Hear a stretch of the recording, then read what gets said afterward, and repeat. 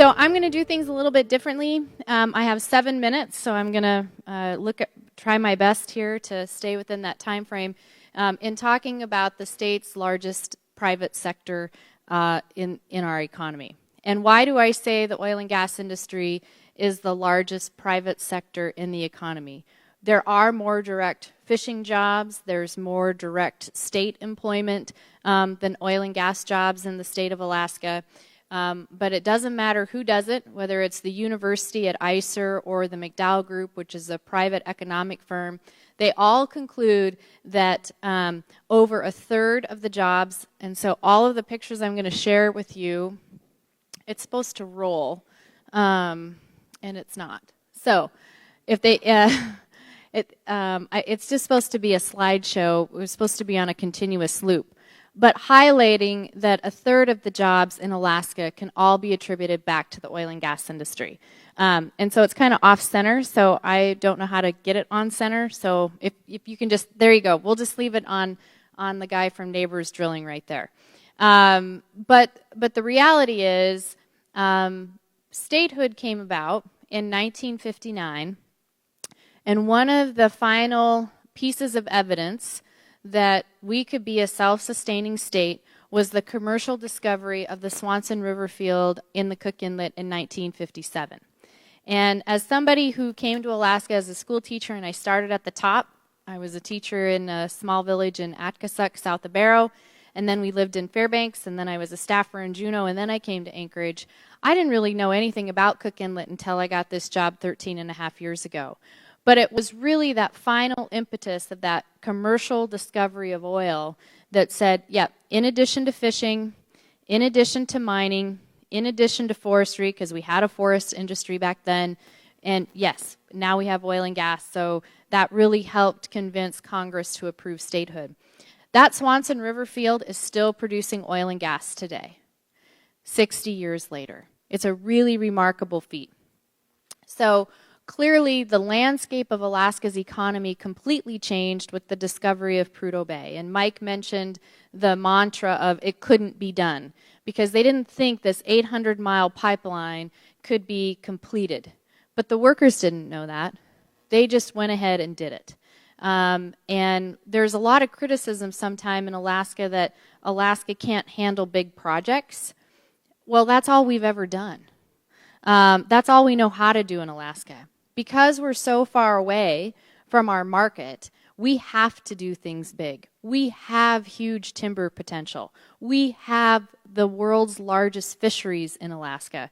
We have the world's largest mines, and we have an amazing oil and gas resource. Okay, so that was the past. So what about the future? Or what about the present? Where are we at today? And then I'll get to the future in my quick 7 minutes. So where are we at today? So oil production peaked through the Trans-Alaska Pipeline in the late 80s at 2 million barrels a day. That's what TAPS is designed to transport from the North Slope. Today, production is right around 515-ish thousand barrels a day. So it's at 25% of its capacity. So think of the pipeline as a big garden hose. It's kind of a trickle. So there's more capacity in that line to have more oil flowing through it.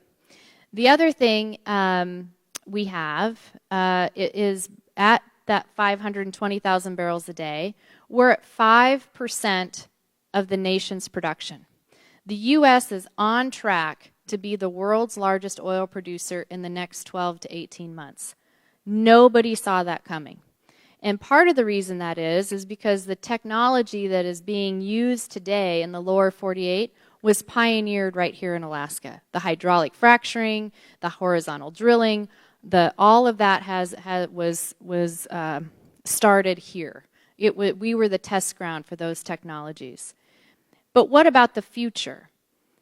Well, the good news is, like minerals, we still have a lot of oil and gas resource remaining. If you include all of our federal land, all of our state land, we have a third of the nation's reserves in Alaska. But is this world going to continue to use oil and gas? As we see, and rightfully so, technologies being developed to drive our carbon emissions down, frankly, the oil and gas industry, again, is leading some of those very technologies in the lower 48 today.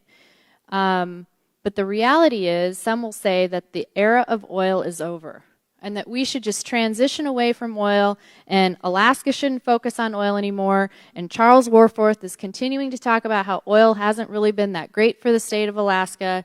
But I will tell you, the demand for oil is not going away. The forecast by the Energy Information Administration and the International Energy Administration forecast that the demand for oil and natural gas will continue to grow for the next 3.5 decades at least.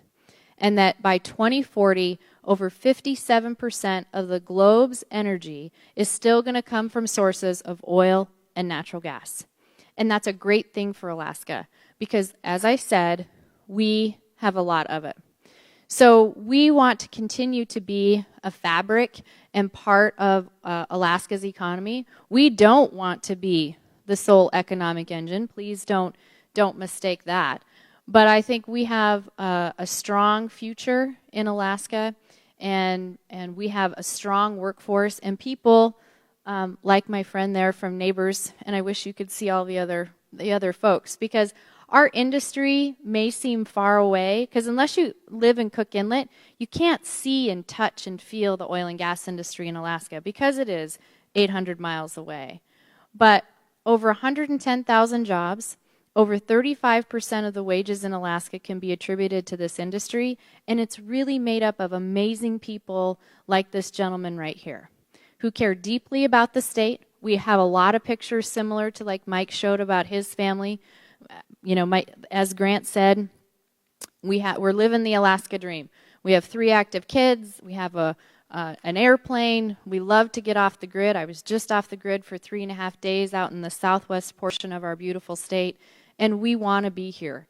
And oil and gas can play a role in continuing to support Alaska's economy. So with that, I think I'm right at my 7 minutes, and I appreciate the invitation, and I can stick around and answer any questions that you might have. Thanks.